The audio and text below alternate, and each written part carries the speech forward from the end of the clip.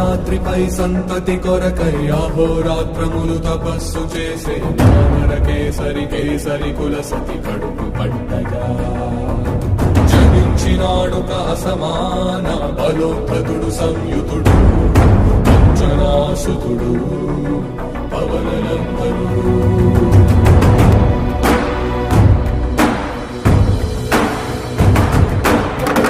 కిరణముల ఉదయాత్మి గని అది పండిన తీయని పంటను పడు సూర్యమండలము పండితి నానని వీళ్ళూరే తన దేహం నాటున రవి మరుగై జగము చీకటై కానా